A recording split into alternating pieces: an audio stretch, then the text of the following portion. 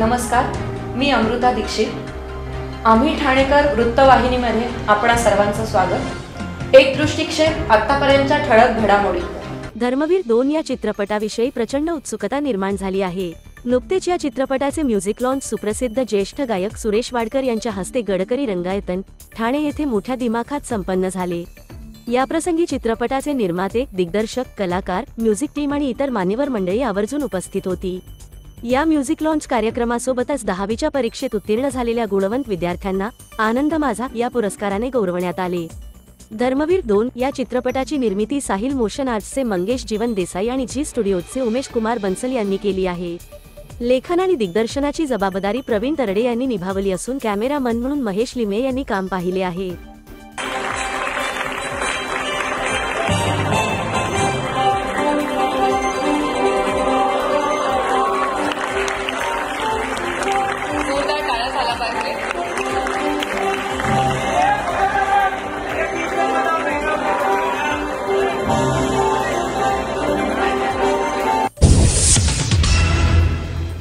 पावसाने हलकी उसंत दिल्यामुळे सोमवारी ठाणे महापालिका क्षेत्रातील रस्ते दुरुस्तीची कामे मेट्रो आणि सार्वजनिक बांधकाम विभाग यांनी सुरू केली आहेत.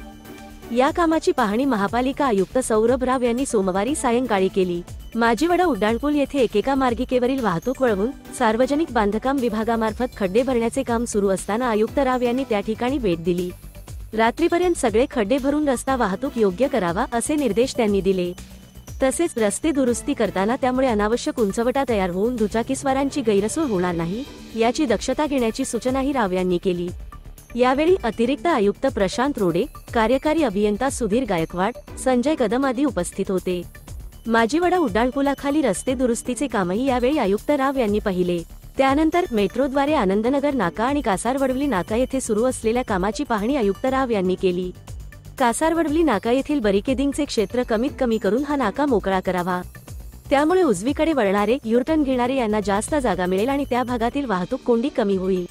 येत्या 2 ते 3 दिवसात येथील वाहतुकीसाठी अधिकची जागा उपलब्ध करून द्यावी असे निर्देश आयुक्त राव यांनी मेट्रोच्या अधिकाऱ्यांना दिले.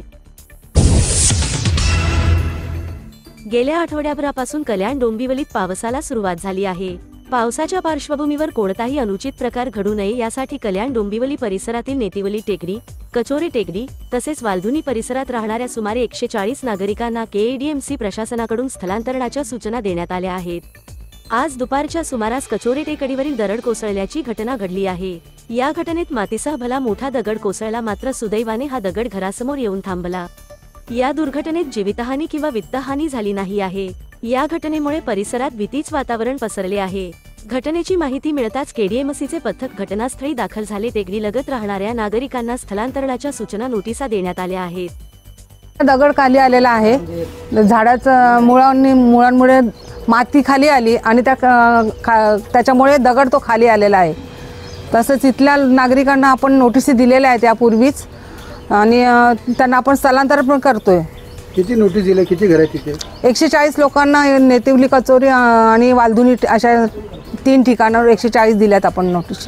इथले लोक काय खाली करत आहेत? 60-70 कुटुंबीय या ठिकाणी आहेत. या ठिकाणी 60-70 नाही, या ठिकाणी 20-25 कुटुंब असतील. त्यांना आपण स्थलांतर शाळेत वगैरे करतोय.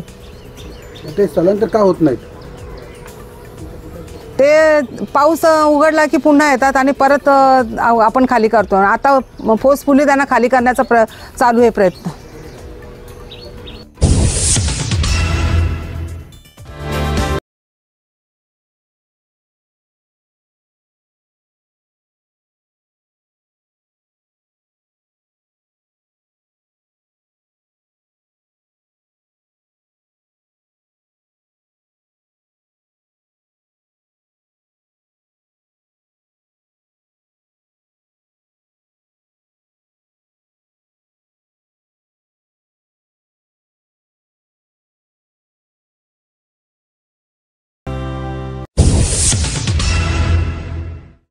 सर्व नागरिकांना आवाहन करण्यात येत आहे की सध्या डासांमार्फत पसरणाऱ्या डेंग्यू या आजाराचा प्रसार रोखण्यासाठी प्रत्येकाने पुढील प्रमाणे कार्यवाही करावी. डेंग्यू आजार एडिस इजिप्ती हा डास चावल्याने होतो. या डासांची पैदास साचलेल्या किंवा साचवलेल्या स्वच्छ पाण्यामध्ये होते. 8 दिवसांपेक्षा जास्त दिवस पाणी उघडे व साचून राहिल्यास त्यात डास अंडी घालतात. अंड्यांच्या अळ्या तयार होऊन पुढे डास तयार होतात. यासाठी आपल्या घरातील पाणी साठे उदाहरणार्थ बॅरल्स, पिंपे, टाक्या, हौद, रांजणे इत्यादी दर आठवड्याला रिकामे करून घासून पुसून कोरडे करून पुन्हा भरावे. 1 दिवस कोरडा दिवस म्हणून पाळावा. पाणी साठ्यांना घट्ट झाकणे बसवावीत किंवा जुनी साडी, चादर, धोतर यांनी बांधून झाकून ठेवावीत, म्हणजे डास त्यात जाऊन अंडी घालणार नाहीत. घराच्या गच्चीवर, आजूबाजूला, अंगणात कोठेही पाणी साचू देऊ नये. भंगार सामान उघड्यावर टाकू नये. उदाहरणार्थ टायर्स, प्लास्टिक सामान, कुंड्या, टाकाऊ वस्तू इत्यादी. अशा सामानात पावसाचे पाणी साठून त्यात डेंग्यूच्या डासांची पैदास होते. घरातील कूलर्स, फ्रीजच्या पाठीमागील ट्रे हे देखील वेळोवेळी कोरडे करावेत. लक्षात ठेवा, नुसत्या फवारणीने डास घनता कमी होत नाही, तर त्यासाठी डास पैदास ठिकाणे नष्ट करणे ही आपल्या सर्वांची जबाबदारी आहे. कोणताही ताप अंगावर न काढता जवळच्या शासकीय रुग्णालयात मोफत औषधोपचार घ्या. अशा प्रकारे नागरिकांनी सहकार्य केल्यास डेंग्यूचा प्रसार रोखणे सहज शक्य आहे.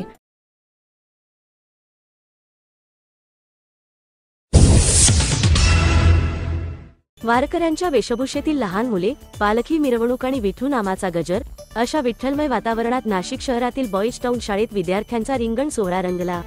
विठ्ठल रखुमाई, संत ज्ञानेश्वर, संत तुकाराम, वासुदेव व अन्य संतांच्या वेशभूषा केलेले विद्यार्थी रिंगण सोहळ्यात आकर्षण ठरले. दरवर्षीप्रमाणे यंदाही नाशिकच्या बॉईज टाउन इंग्लिश मीडियम स्कूलमध्ये आषाढी एकादशीच्या पार्श्वभूमीवर दिंडी सोहळा मोठ्या उत्साहात पार पडला. शाळेतील सर्व मुलींनी यावेळी वारकऱ्यांचे पोशाख परिधान केले होते. कोणी विठोबा तर कोणी वासुदेव बनले होते. सकाळी शाळेच्या मैदानावर पालखी सोहळा पार पडताच पंढरपूरच्या वारीप्रमाणेच रिंगणच देखील इथे आयोजन करण्यात आले होते. मुलांच्या हातात भगवे झेंडे तर मुलींच्या डोक्यावर तुळशी वृंदावन हे बघून हे जणू खरंच पंढरपूरच्या वारीला निघाल्याचा भास होत होता. एरवी शाळेच्या गणवेशात असलेले लहान मुली आज मात्र पांढरा झब्बा, डोक्यावर टोपी, कपाळी बुक्का, गळ्यात टाळ आणि नऊवारीत आलेल्या मुली, केसात गजरा, डोक्यावर तुळस आणि विठ्ठल नामाची शाळा भरली. शाळा शिकताना तहान भूक हरली या अभंगाप्रमाणे विठ्ठल रखुमाईच्या भक्तीत दंग झालेले बाल वारकरी बॉईज टाउन मध्ये अवतरले. यावेळी ज्ञानाच्या मंदिरात भोळ्या विठ्ठलाच्या हरिनामाचा गजर झाला. अनवधी शाळा दिंडी सोहळ्याच्या भक्तिरसात तल्लीन झाल्याचे पाहायला मिळाले. रामकृष्ण हरी. आजच्या या बॉईज टाउनच्या वारीमध्ये आणि दिंडीमध्ये सर्वांचे स्वागत. बॉईज टाउनची दिंडी जी आहे ती दरवर्षी अत्यंत उत्साहाने साजरी केली जाते आणि याही वर्षी आम्ही जवळजवळ 2000 विद्यार्थी आणि शिक्षक वृंद यांनी सहभाग घेतलेला आहे. नेहमीच्या वारीप्रमाणे विद्यार्थी पालखी, पावली, त्यानंतर रिंगण सोहळा सादर करतील आणि वारीच्या माध्यमातूनच आपण भगवंताकडे पोहोचण्याचा प्रयत्न करत असतो. आणि म्हणूनच मला असे वाटते की या वारीमध्ये विद्यार्थी वारकऱ्यांचा पोशाख घालून तुळशी वृंदावन डोक्यावर घेऊन ज्यावेळेस विठ्ठलाचे नामस्मरण करत पावली चालतात त्यावेळेस ते वातावरण अगदी नयनरम्य असते आणि म्हणूनच सर्वत्र पॉझिटिव्ह एनर्जी, ज्याला आपण सकारात्मक ऊर्जा म्हणतो, ती पसरते. आणि यावर्षी तर अगदी पहिलीचे विद्यार्थ्यांपासून 10वीचे विद्यार्थी सहभागी झाले आहेत आणि मला असे वाटते की सामाजिक एकता या दिंडीद्वारे सामाजिक एकतेचा संदेश सर्वांपर्यंत पोहोचत असतो. धन्यवाद.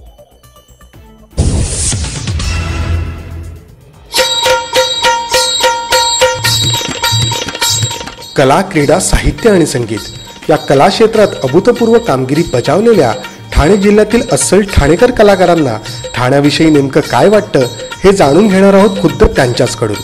आम्ही ठाणेकर वृत्तवाहिनीची नवी मालिका माझं ठाणं मी ठाण्याचा पाहायला विसरू नका, फक्त आणि फक्त आम्ही ठाणेकर वृत्तवाहिनीवर.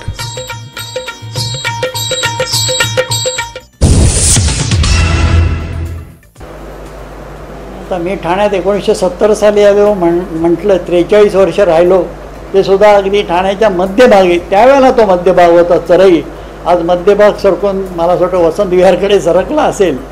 परंतु खूप आनंद मिळाला. माझ्या मुलींची शिक्षणं समर्थ विद्यालयात झाली आणि ठाण्याच्या ठाणा कॉलेजमध्ये झाली.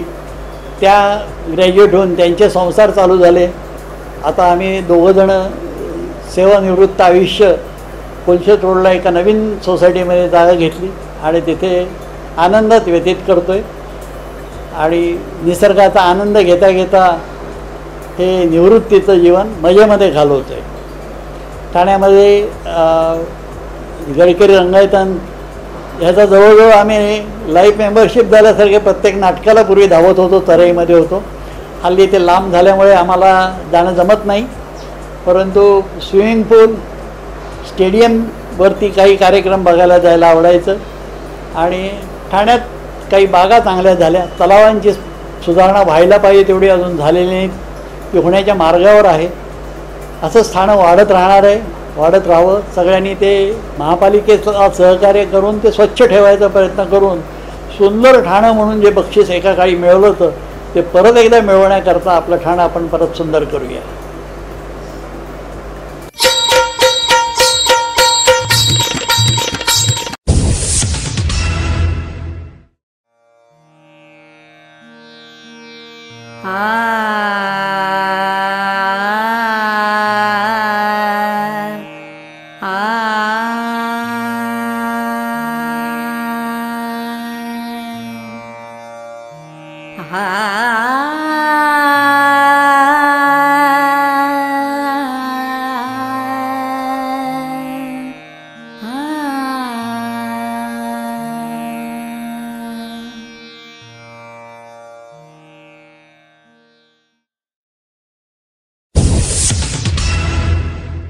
आम्ही ठाणेकर. आम्ही ठाणेकर. आम्ही ठाणेकर. आम्ही ठाणेकर. होय, ठाण्यात आम्हाला अभिमान आहे आणि होय आम्ही ठाणेकर.